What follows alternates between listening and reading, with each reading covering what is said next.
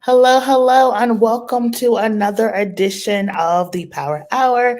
I am your host, Miracle Jones, and we are here for another candidate forum, this time featuring the candidates running for a magistrate judge.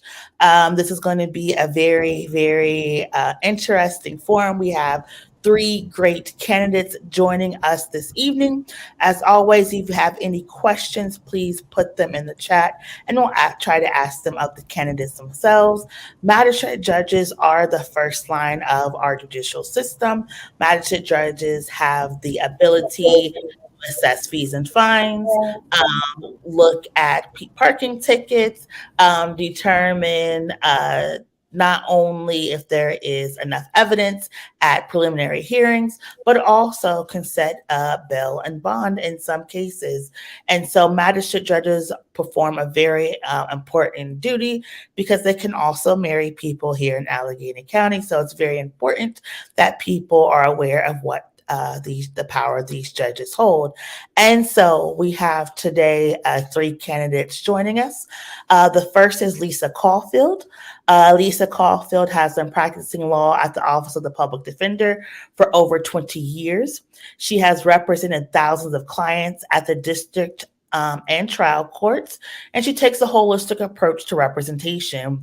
She has helped individuals get housing, keep housing, get addiction, mental health treatment, get custody of their children, get jobs, job skills, and more. She has fought for the constitutional rights of the accused and of the profiled. She is a candidate with the most experience and will bring a wealth of knowledge and background to the bench. Lisa is also active in the community and the Woodland Hills School District, and she volunteers with many organizations. She has also served as a Democratic committee member. She's a wife, mother, and owner of a rescue dog named Reginald. We welcome to the Power Hour, Lisa Caulfield. Our next candidate is Weldianne Scales. Weldianne is an attorney, mother of two, wife and resident of the borough of Swissville. She has experience in bench and jury trials. She's a dedicated public servant and thought leader in the community. She is a member of the Council for the Borough of Swissville, where she serves as vice president. She's also the founder and chairperson for the Borough of Swissville Diversity, Equity, and Inclusion Committee. In addition to her service as a member council, she also formerly served as committee woman for the Swissville Democratic Committee. Her hard work, integrity, and diligence has earned her numerous awards and recognition. Well, welcome to the program. And our last candidate is Brooke Burchette Williams.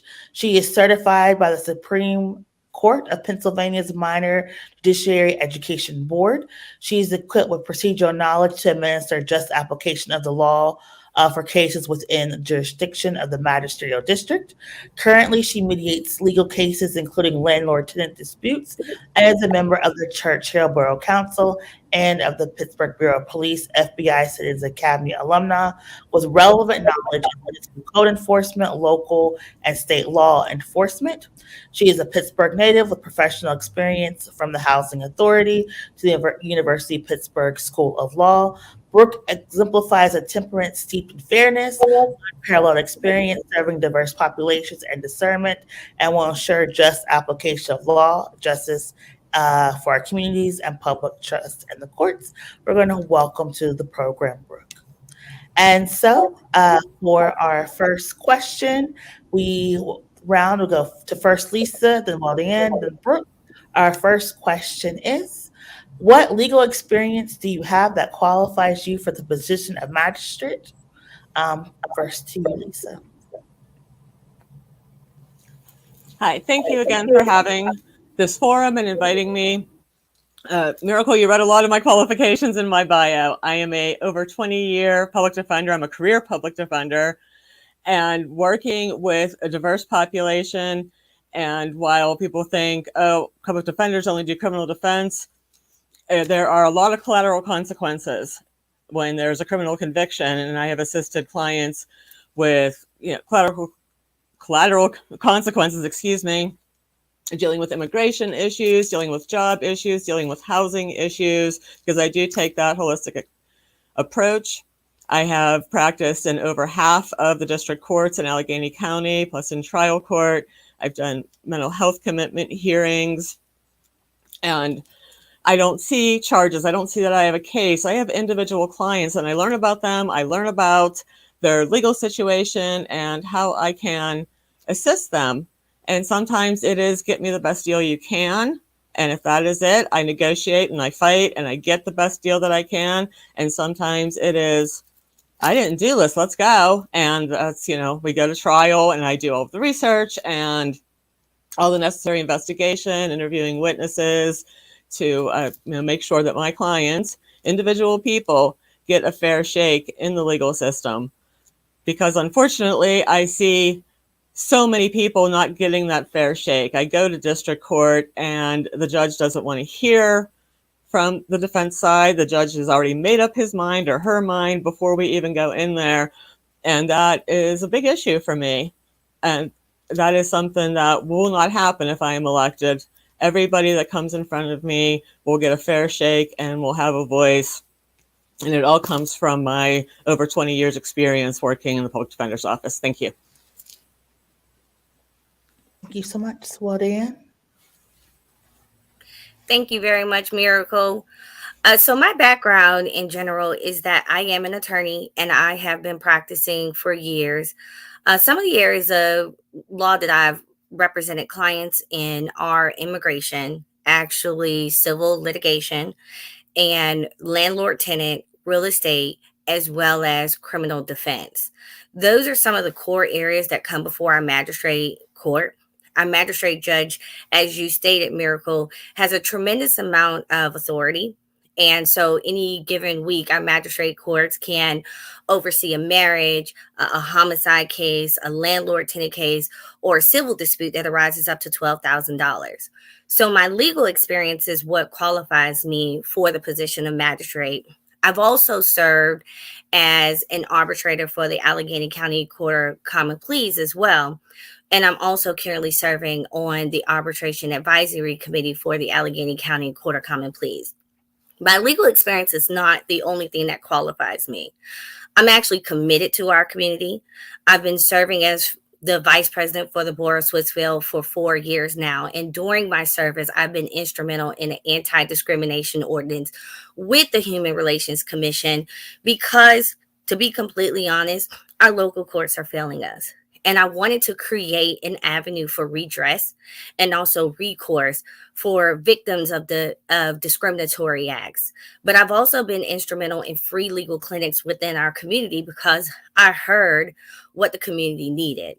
And so I provided that service to address those concerns. To be a good magistrate, you need to know the law, but you need to be committed and you need to identify with the community. And those are the qualifications that I have and what encouraged me to run in the first place. Thank you. Thank you so much, Brooke. Good afternoon. Thank you for having me. As you stated in my bio, I'm certified by the Supreme Court of Pennsylvania Minor Judiciary Education Board, which means that I'm equipped with all of the legal and procedural knowledge necessary to administer the law fairly for matters that fall within the jurisdiction of the magisterial district courts. I'm also an alumni of the FBI Citizens Academy and the Pittsburgh Bureau of Police Citizens Academy, where we discuss law enforcement, jurisdiction, and policies and statutes that govern our local law enforcement and community policing. In addition to that, I also work with a local university in their community legal services and clinical legal education clinic, working alongside professors and students who were providing free legal services to the community in areas of immigration, health law, environmental law, securities, and arbitration as well. And so with all of those experiences and wealth of knowledge, I feel that I'm qualified to serve as a magisterial district judge paired with my clinical psychology degree, which really positions me to be able to effectively deal with individuals who are navigating our legal system to ensure that they are heard and that they are truly having their rights protected. Thank you so much for those answers. It's greatly appreciated. Our next question is going to be about the position of magistrate itself. For this one, it'll be Weldianne, Brooke, then Lisa. How can an MDJ practice transparency and accountability in the courtroom? Note, this is not a political question. It's talking about what powers the MDJ currently has. How can an MDJ practice transparency and accountability in the courtroom? First to you, Weldianne. Thank you. I think a really good way is by having public educational forums in terms of what the rights of the individuals that come before the courtroom truly are, and how to go about exercising your rights in the various legal matters that come before the court. What we have learned on our campaign is many voters do not know the impact of the magistrate court. So what we have been doing, instead of engaging with voters and just simply asking them to vote, is we've been educating them. What we've been hosting is every single week we do Wednesdays with Weldy, where we have talked about how the magistrate impacts immigrants, how the magistrate impacts kids, how the magistrate impacts the Black and brown and marginalized communities. I think having those public forums, educating the individuals in terms of the impact of the court, what matters come before the court, and where your rights are and how you can exercise those courts can tremendously help. But going another step further is making sure that the law is being upheld consistently and fairly. Far too often, what I've witnessed as a Black woman within the legal system going before the courtrooms is that we have too many magistrates, judges that automatically take the side of the police officer that they see all the time, or they take the side of the district attorney that they see all the time, or they take the side of the particular individual that's in the courtroom that voted for them or supported them during their campaign. That is not being transparent. That is not upholding the law consistently and fairly. And having a magistrate judge that is basically upholding the law consistently, fairly, irregardless of who you are, is also creating a wave of transparency, along with educational forums that are available not only to the public, but also to our youth. That can tremendously help. And I've seen it happen, and I'm seeing it happen right now on my campaign trail. Thank you so much. Now to you, Brooke. So how can a MDJ practice transparency and accountability? I would definitely say through education of the community, to ensure that people are aware of their rights. They are aware of the jurisdictions regarding our unified judicial system. So really talking to them not only about issues that impact our community from the minor court level, but really providing transparency about our entire legal system. So breaking down what is happening on the Supreme Court, what happens in our Superior Court, what happens in our Commonwealth Court, what happens in our Court of Common Pleas courts, so that people really understand our legal system. I also believe that as far as accountability is concerned, ensuring that the judge truly is impartial, that is, the judge is not attempting to promote their own self-interest or has an agenda in which they are seeking to marginalize or oppress a particular type of people. I also believe that a magisterial district judge, as far as practicing transparency and accountability, should also be, I don't want to use the sense guard dog, but I would say making sure that we are cognizant of how our law enforcement is policing our communities to ensure that a particular group of people are not being marginalized or being brought before the bench, opposed to a different group or individual.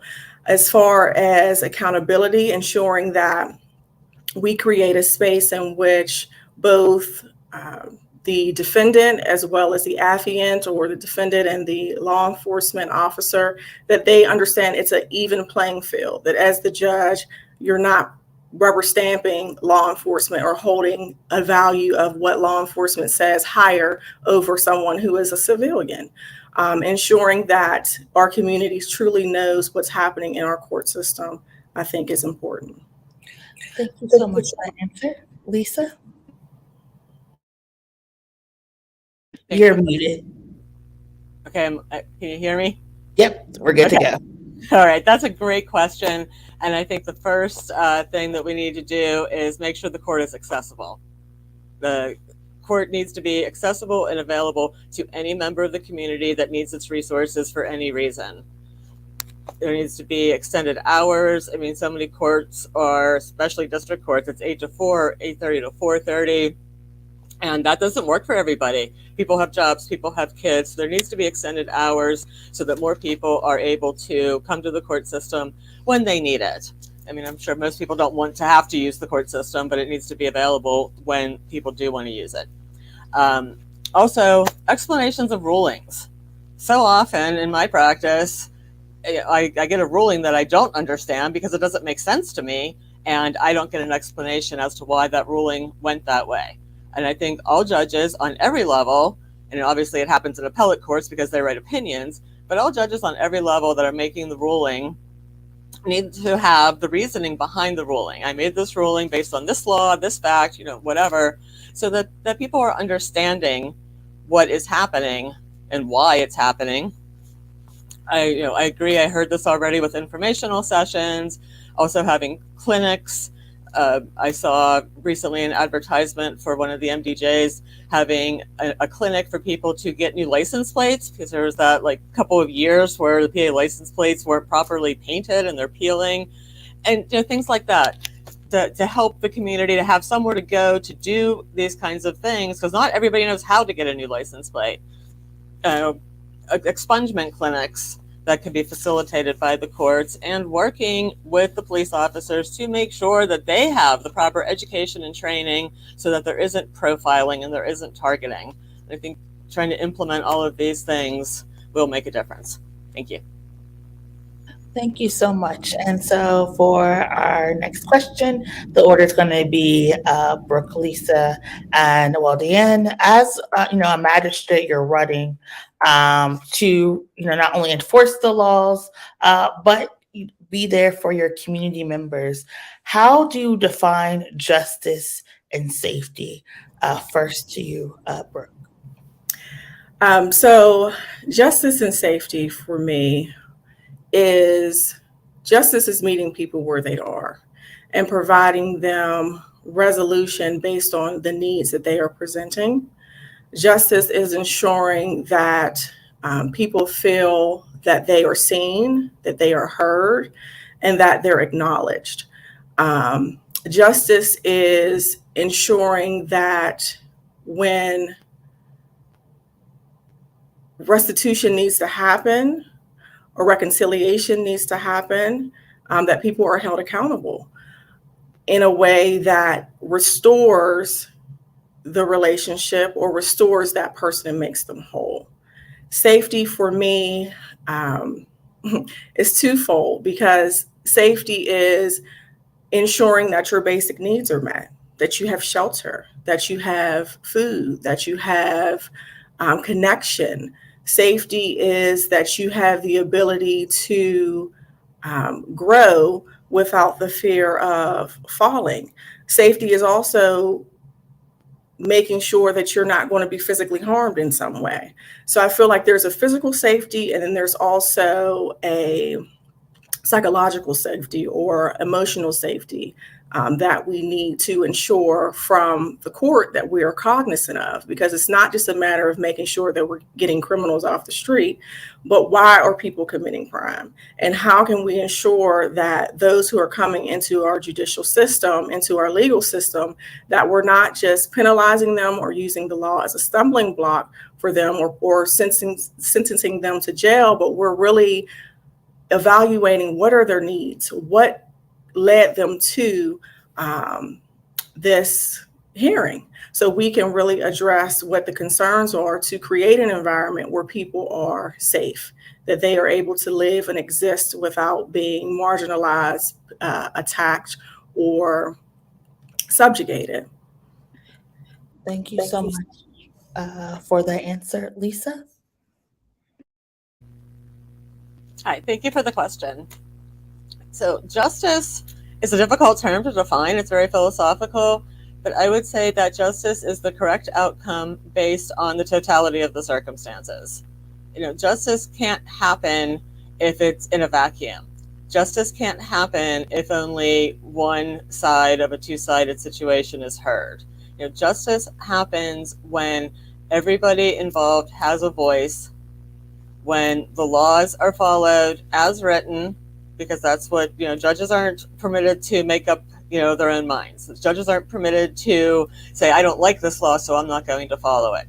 Judges are allowed to disagree with law, certainly, but in performing duties, judges must follow the law. So if the law is not followed and the facts are ignored and one side doesn't have a voice, then there is no justice. Safety, is feeling secure, is feeling heard, is having the services that are necessary. There's the basic safety of feeling comfortable, feeling almost comfortable in your own skin is the phrase that's coming to mind in thinking about safety.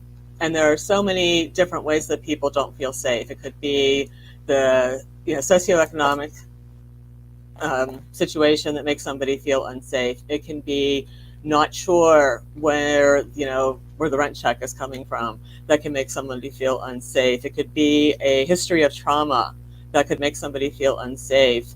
And if a district court is the community resource that I believe it should be, then those services should be made available through district courts so that everybody in the community can have a sense of safety, whether it's a physical safety or an emotional, psychological safety. Thank you. Thank you so much. Weldianne? Thank you so much. Justice for me looks like, and what it should be, is irregardless of your respective background, your race, how much money you have in your pocket, who your connections or your ties to, or your affiliation, the rule of law is going to be upheld for you, but it's going to be upheld consistently and fairly. Far too often, what we see and what I've witnessed and what I've experienced is that the rule of law is not upheld consistently and fairly. There are exceptions and there are defenses to certain areas of the law that are not upheld for everyone that comes through that courtroom. However, you see individuals that, based upon their background, based upon their racial demographics, or based upon their connections and ties, that's where you see the rule of law upheld. That is not consistent, and that's not fair, and that's not justice. Justice is irrespective of who that individual is, their voice is going to be heard. Justice is irrespective of the parties that come into the courtroom and the reasons why they're in the courtroom. They are basically going to be treated with dignity and respect. Justice is, and safety is, having a magistrate court that is a safe place for our youth and the individuals that come before that courtroom. Safety is when an immigrant comes before that courtroom, an immigrant doesn't have to fear retaliation taking place upon them for exercising their right.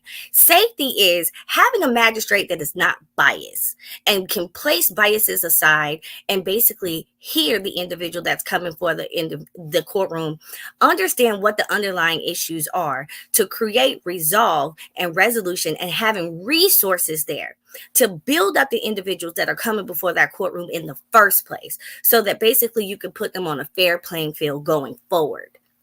Thank you. Thank you so much. And so for this next question is, all of you have talked about your current experience in the legal community. And so as you're running for this position, you'll possibly be working with former colleagues and former coworkers. What conflicts of interest might arise from your candidacy, and what steps are you going to take to avoid the conflict? We're going to go in reverse order. Weldianne, Lisa, and Brooke. Weldianne, you're up first. Thank you. So I kind of run across this a lot, serving in my capacity right now as a council member. Many individuals that are in the community, these are individuals that, I either grew up with, my husband grew up with, they are family friends, or they're fellow neighbors.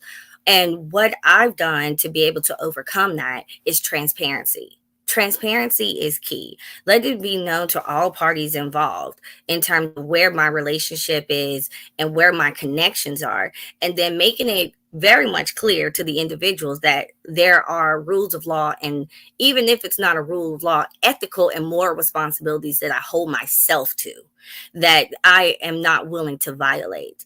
And when I am very much transparent in terms of those relationships, it is very much understood in terms of where I am with any sort of type of conflicts, and where I would be. And a lot of times what I have done is just completely removed myself out of the situation as well, because of the simple fact there is a conflict that exists. So even though I may feel that I'm able to put aside what any type of inherited or uninherited biases, I would just remove myself entirely from that particular matter to make sure that there are no issues or concerns on both ends of the spectrum in terms of where this particular conflict is and my ability to overcome it.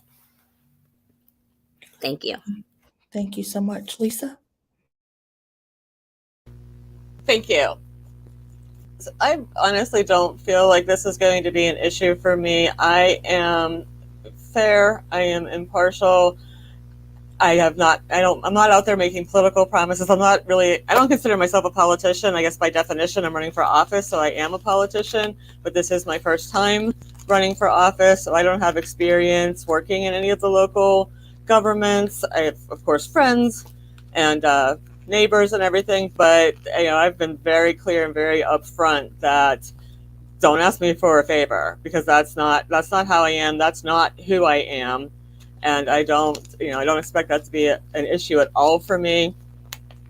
I'm sure that lawyers that I work with now, in the event that I'm fortunate enough to be elected, will come to appear in front of me, and it'll be the same story. I'm not going to act any differently. I am not going to show any favor to any party, whether I know you, I've never met you, I'm good friends with you, and if I feel like I'm in a situation that's not something I can do, if I feel like there's even going to be the appearance of impropriety, then I'm just going to, I would remove myself and not hear that matter before me, because I don't want that's just not who I am, and I don't want there to be any question of my ethics.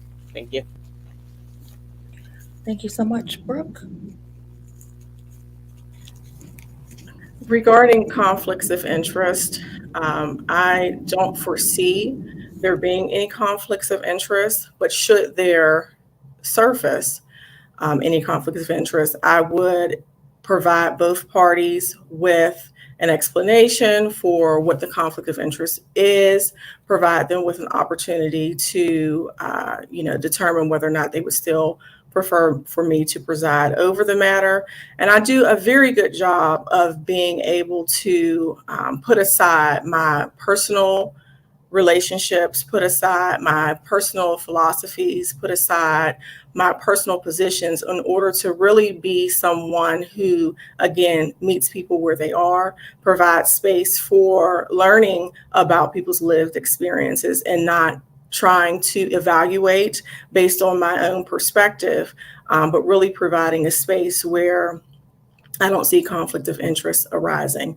I mean, I am a Churchill Borough Council member, and so there will be members from Churchill along with other communities coming before the bench. But again, my position is to provide a very transparent space, a space where everyone is included and it's inclusive, ensuring that everyone is heard, ensuring that there is no prejudice or biases or conflicts of interest that will impact my ability to make a decision that will be steeped in justice.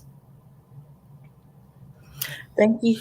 And if I can just mention, I don't want this to become a back and forth, debate. but I cannot sit here without being transparent. And so while Lisa Caulfield is saying that she can be transparent, she is the wife of the former magistrate who has had a history of questionable behavior when interacting with our public.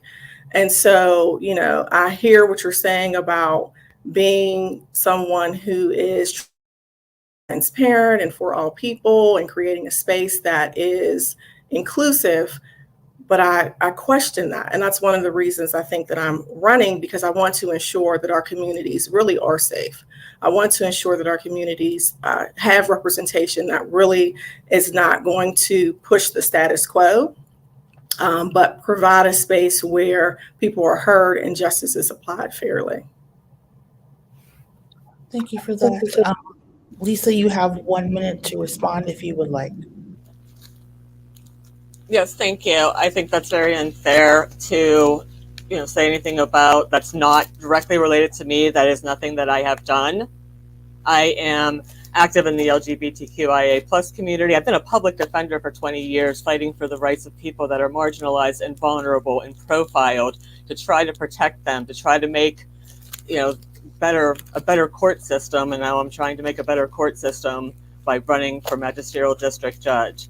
I recently lobbied the Woodland Hills School District to pass an inclusive non-discrimination policy to protect trans youth, because trans youth and adults right now are the group that's really under attack. And I didn't do that because I'm running for office. I did that because it's the right thing to do, and it's because I care about these people. So I feel like that's an unfair attack to use something that I have nothing to do with against me. That's all. Thank you. All right, well, that was actually a perfect segue to our next question, and we're staying with you, Lisa. There is an actual fear of bias within judicial courtrooms in the past. How have you been able to not only learn from communities different than your own, how have you shown up for other communities? And that question will be Lisa, Brooke, and Weldianne. Lisa, you're first. Thank you. I think I answered a little bit of that question in my response. I have always wanted to help people, and I started volunteering when I was a teenager, and I have volunteered in many different areas. I volunteered at hospitals. I have volunteered with veterans at the VA. I've done food bank volunteer work, soup kitchen volunteer work. I volunteered at my children's schools. I volunteer at Woodland Hills in their performing arts department.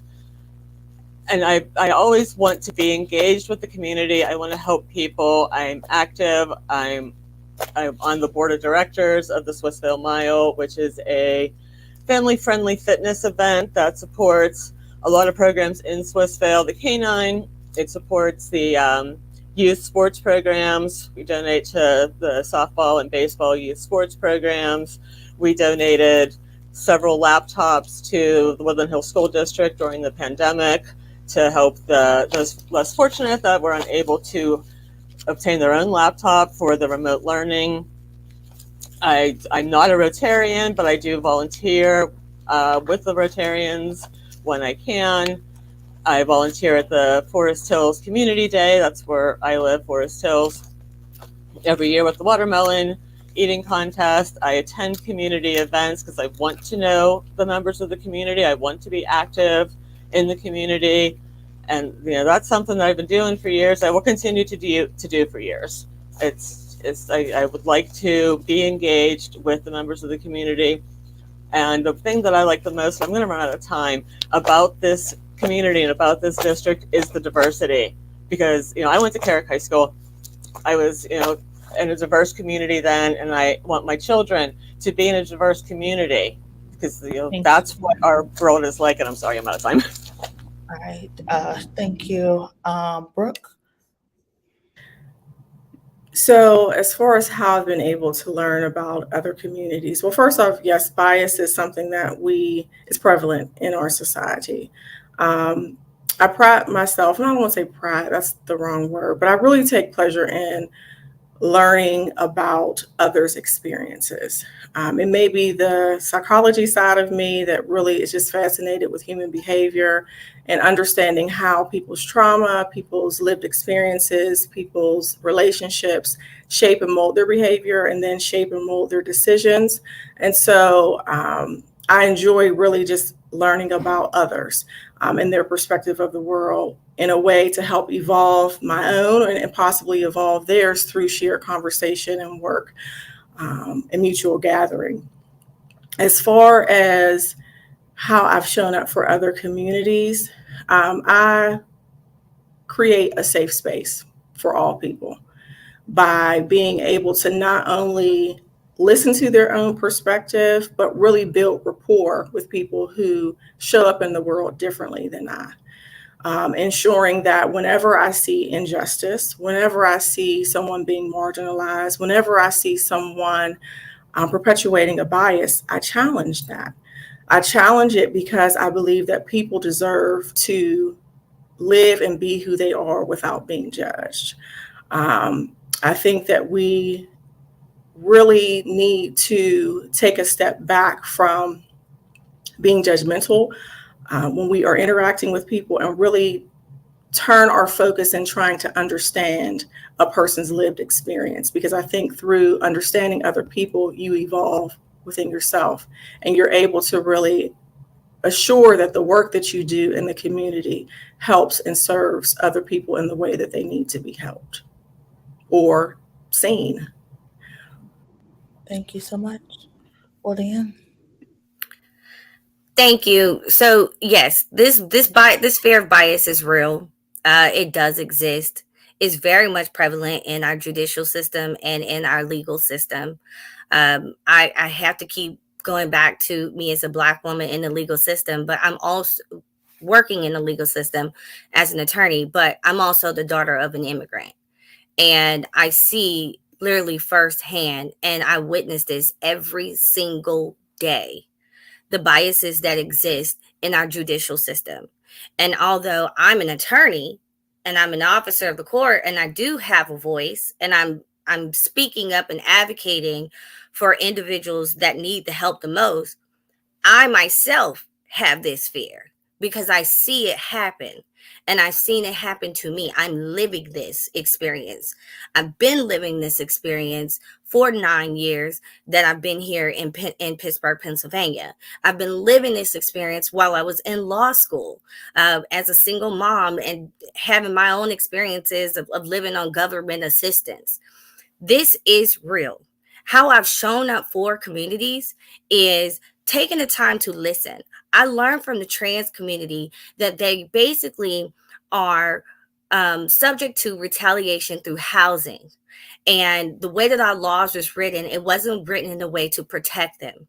So understanding that, I basically advocated with the trans community for changes in our legislation here in Swissvale so that basically that form of retaliation cannot exist. What I also did is I advocated for the anti-discrimination ordinance that we finally now have. This doesn't just protect the Black community, but this protects individuals with disabilities, the LGBTQIA community, and individuals that are basically are victims of discriminatory acts. Thank you. Thank you so much. And for our next questions, general to the panel, so next to last question. Have any of you ever been disciplined by any way by the Bar Association or any professional association? And if so, can you explain? By your silence, I'm taking that as none of you have ever been disciplined by the Bar Association or any professional association. Well, that is actually going to conclude our forum. I know all of you are busy on this Friday evening and you have other obligations. So I'm going to give you all 2 minutes to close. Brooke, will start with you. You'll have 2 minutes on the clock to close. It'll go Brooke, Weldianne, and Lisa. Brooke, the floor is yours. Thank you. So I just want to thank One Hood Power for this opportunity. I think it's very important that candidates have an opportunity to meet with the public and voters are educated about who they're voting for when they go into the polls. I will say that I'm running for magisterial district judge to ensure that we not only hold people accountable, but we also provide access to change, that we're not using the law as a stumbling block, that we are really providing a space for people to be heard, to be seen, and the law applied fairly, irrespective of how a person shows up, who they may know, the resources that they have available to them, ensuring that people are not marginalized. I think that this is a great opportunity to help the community move in a way that is inclusive for all people. We cannot just allow more time to go by and think that our communities are going to get better. They're not. We need people to serve in these capacities that have a passion for people, have a passion for community, have a passion for resolution, not just upholding a law, not just ensuring that the law is applied, but really ensuring that people's needs are met, that when they come into the court, that the resolution or the decision that's rendered is one that can be respected, that they understand, and that meets their need. I thank you for this opportunity, and I hope to have your support, and I hope that the community will identify with my platform, because I believe that each of the candidates, we are distinct, and it's a clear choice who should be the new magisterial district judge in 05208. Thank you so much. I want to thank you so much, One Hood, for allowing me to come on your platform to share my passion and the reasons why I've decided to represent the communities of Swissvale, Forest Hills, Braddock Hills, Churchill, and Chalfont. I truly believe that we deserve a magistrate that knows the law but will uphold it consistently and fairly. I also believe that we deserve a magistrate that is reflective of our communities. Out of the magisterial district courts that exist in Allegheny County, we currently only have 5 magistrates of color, and out of that 5, that is 2. 2 women of color are currently serving. That is not reflective of our community. If we truly want to build up our communities rather than tear our communities down, what we deserve is a magistrate judge that is also committed to our community and identifies with our community. My experience, but also my intentional acts to help the individuals around me and those that are not directly connected me shows my commitment not only to the people, but also the community. I am the best candidate for this position, primarily because I am committed, but I also have the experience and the knowledge of the law.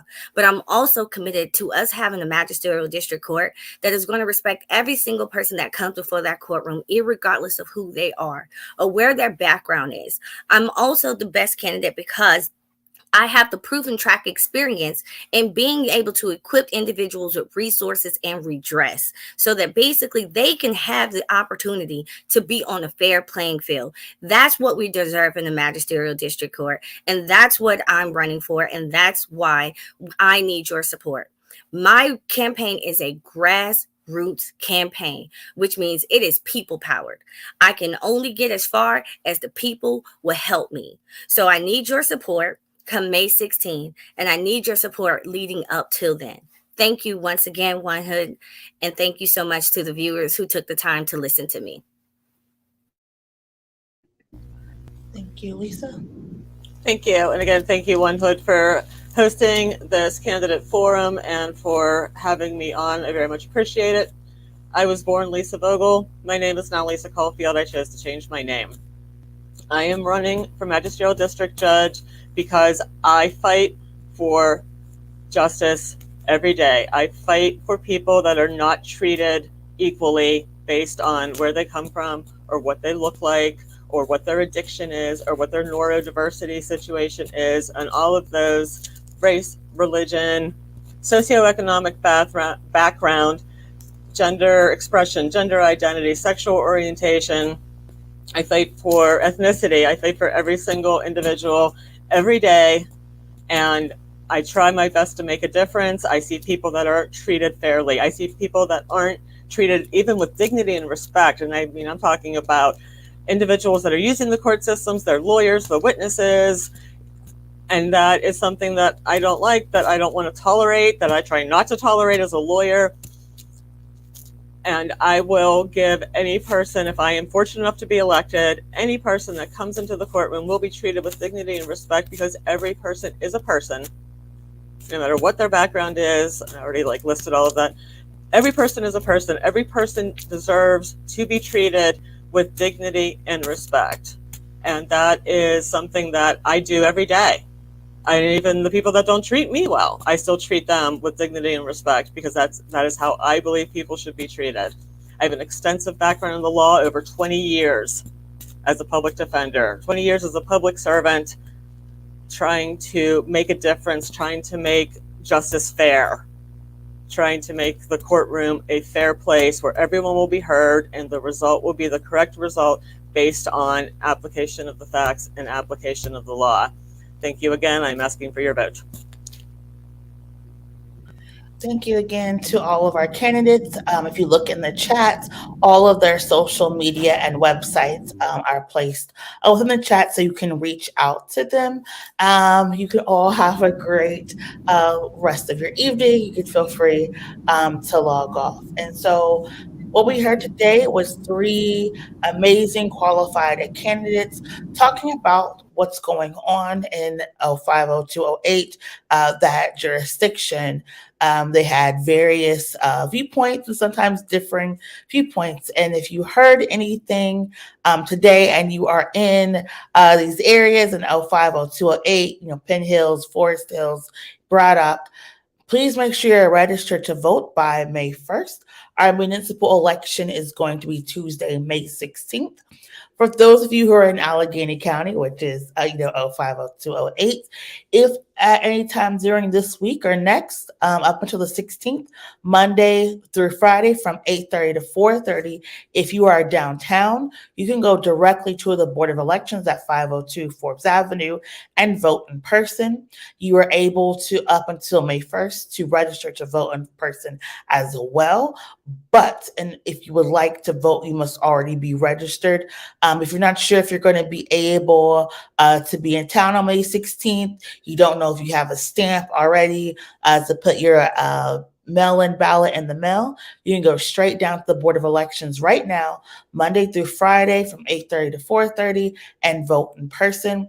For everyone else, we encourage you to make sure you have your voting planned for May 16th. If you are over the age of 18, you are a resident of Pennsylvania, a U.S. citizen, and someone who has not been convicted of election law, and a resident of Pennsylvania for 30 days or more, you are eligible to register to vote. This also includes people who are returning citizens. So even if you have a criminal record here in Pennsylvania, you are still eligible to vote. So please make sure you're registered to vote. And again, the deadline is coming up. It's this Monday, May 1st. So please, please, please, you can register online, you can register in person, or you can call the Votes by Number and register over the phone.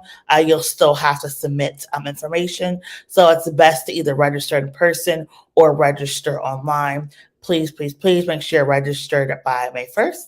And with that, I'm your host, Miracle Jones. Thank you so much for tuning in to this candidate forum for the Magistrate District Judges in 050208. I hope you enjoy your weekend. Over the course of a few years, life yielded a crisis of pandemics, resulting in many reeling and searching for answers. Black men especially have had to grieve the passing of hip-hop icons DMX, Michael K. Williams, Biz Markie, and many others. How has this impacted Black men? How has this altered the way they see themselves, their ability to express themselves, and their mental health? We sit down with Black men raised on the culture of hip-hop and ask them directly. Let's have a bite, take a step back in order to move forward. I'm your host, Miracle Jones, and this is Brunch with the Black Man.